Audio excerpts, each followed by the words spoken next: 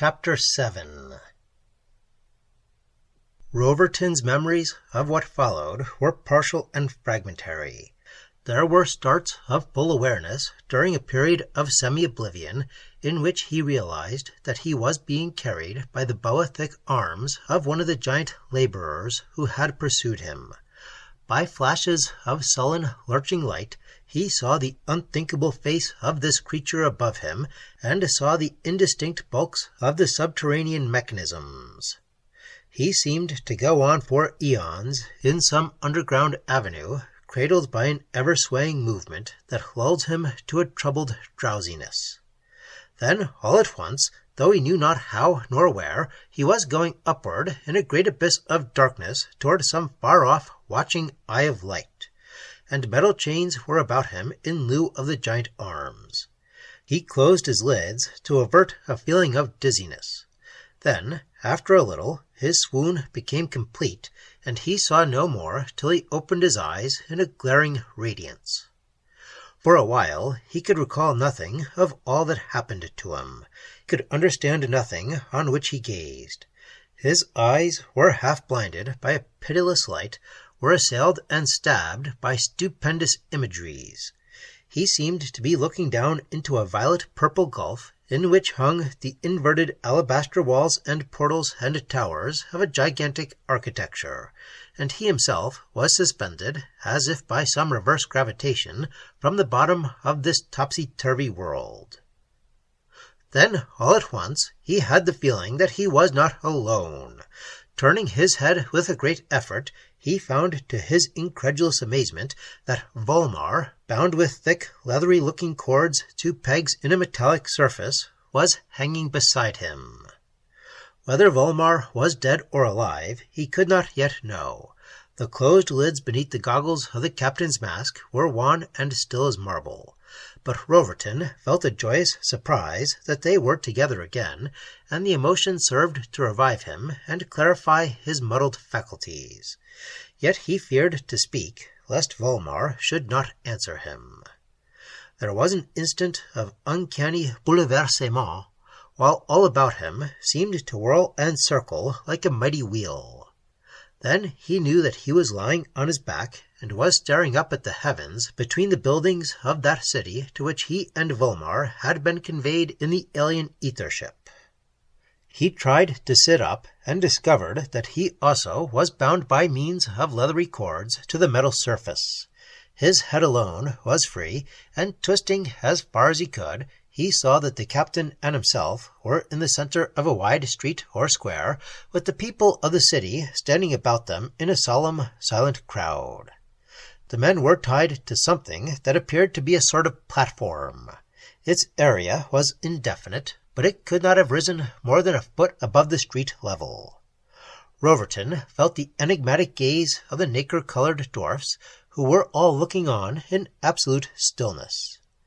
Beyond their crowding heads, beyond the myriad structures, at the end of an almost infinite avenue, he beheld a sinking sun that had nearly touched the horizon, and was ringing the white towers with supernal rose and amethyst. What was to happen, he wondered? Were he and Volmar destined as a sacrifice to some ultra-sidereal deity? Were they to be the victims of some occult, unknowable scientific experiment? The silence of the throng about them was laden with the meaning which he could not apprehend, and was ominous with unreadable secrets of a transcosmic psychology. He knew nothing, never would know anything, of this incomprehensible race. The dead, utter silence was broken by a loud click, followed by a whirring sound, as of some metal wheel or spring. The world beneath Roverton seemed to quiver and surge, the staring faces disappeared from his vision, and he saw that the thing to which Volmar and himself had been bound was rising rapidly in air among the fantastic bridges and structures of the White City. Balconies rushed by him. He caught flying glimpses of the dwarf people who were passing to and fro on slender spans. Then he was level with the roofs and towers, and as these fell away beneath him, he had once more that horrible sensation of hanging downward, and felt that he was sinking into some unfathomable gulf. About him now there was nothing but empty space. "Where are we?" A feeble voice had spoken at his side. "Are you really alive?" cried Roverton, as he turned toward Volmar and saw that the pale eyelids had opened. "Apparently we're both alive, incredible as the fact may be. But that isn't answering my question as to where we are." "As far as I can tell, we are on some sort of anti-gravitational raft and are headed for outer space. Our hosts, it would seem, have definitely decided that you and I are undesirable aliens in their world. But what happened to you in the tower? The last I saw, you had fallen, and I thought surely you were dead." "I've certainly been dead to the particular planet which you say we are quitting. Those fellows started throwing their anesthetic rods at me while you were fighting the crew from the airship. One of them got me with the business end, and that is the whole story so far as I am concerned. I suppose yours is about the same." Roverton gave the captain a brief outline of his own adventures, as well as he could recollect them. "Then there was an elevator," said Volmar. "I wondered about that black disk the astronomer was in such a hurry to reach." "It's a wonder they didn't kill us outright, considering all the damage we inflicted," was Roverton's comment after a minute of silence. "Maybe they didn't mean to hurt us at all in the beginning."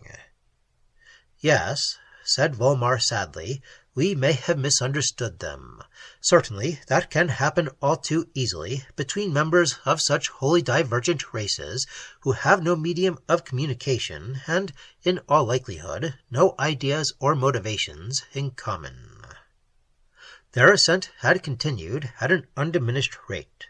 Though they were soaring into full sunlight, the sky had darkened rapidly and was taking on the ebon of ultra-atmospheric space.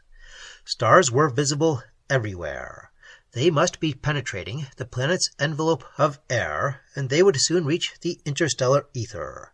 The warmth of the world below had given place to a boreal cold that made itself felt through their insulated clothing. "Well, I guess this is the end," said Volmar. "You and I will continue our spatial voyage indefinitely, but we won't be in a condition to know anything about it. A few more minutes, and we will freeze so stiff that we could be broken into powder with the hammer. Then we will drift on in space among the whirling suns and systems, and perhaps afford a third-rate meteor for some world whose gravitational influence is strong enough to attract the mechanism on which we are bound." "Yes, I suppose it's the end. Well, goodbye, Captain." "Goodbye, Roverton." The cold stung like a million needles, then the stinging became blunted, and both men began to feel drowsy. They would have fought the drowsiness, but there seemed to be no use in prolonging their period of suffering. Numbly, somnolently, they resigned themselves to the inevitable lethe, and closed their eyes on the black circle of space with its myriad suns. A far-off thrumming, faint as with the gulfs of incomputable distance, but mechanically persistent, seemed to draw them back from the deadly depth into which they were sinking. They opened their eyes. A long, shining bulk was poising above them in the heavens. It was the Alcyone. They rose toward it. They saw it veer and dip and soar again to keep pace with their ascent. It came close. It paralleled their flight with looming sides in which a manhole had opened. Grappling irons were thrown out, and the thing on which they rode was caught and drawn level with the ether ship. Then, incredibly, someone had emerged from the manhole, was standing above them, was cutting their bonds with a knife. Strong arms lifted them and carried them through the airlock into the warm interior of the Alcyone. Half an hour later, after a course of vigorous massage to ward off possible frostbite, and a good meal to fortify their starved and exhausted systems, they lay in their bunks and exchanged narratives with Jasper and the crew. Jasper, it seemed, had been impelled by an intuition of evil to follow them with 3 of the men when they did not return to the ship within an hour after starting for that saunter among the woods of the Mercurian world. they had traced Volmar and Roverton readily by their footprints, and had found their automatics near the animal burrow. From there on, the trail was even plainer, with a multitude of strange tracks which gave evidence of capture by unknown beings. Jasper and his companions had hastened on, running most of the way, and had sighted the alien space flyer in time to see the two men lifted aboard. The vessel had risen immediately afterwards, and had flown slowly away in the twilight heavens, heading apparently for an orb which they identified as the second planet of the unnamed sun. Hastening back to the Alcyone, they had given pursuit, and had managed to come in sight of the strange vessel once more after many hours, as it landed in the White City at dawn. They had carefully located the huge, central, spireless building on whose roof it had gone down. Then, during the short 9-hour day of the planet, they had hung aloof in space, waiting for darkness, with the intention of descending and making some effort to find Volmar and Roverton and rescue them. Nursing this heroic and wholly desperate plan, they had seen the mechanism on which Roverton and the captain were bound floating up from the city like a mote in the fiery sunset, and had flown to investigate. "Of all the lucky breaks," said Roverton when the tale was finished. "With that kind of luck," added Volmar, "I don't think that anything can keep us from navigating 1 or 2 more solar systems, at least."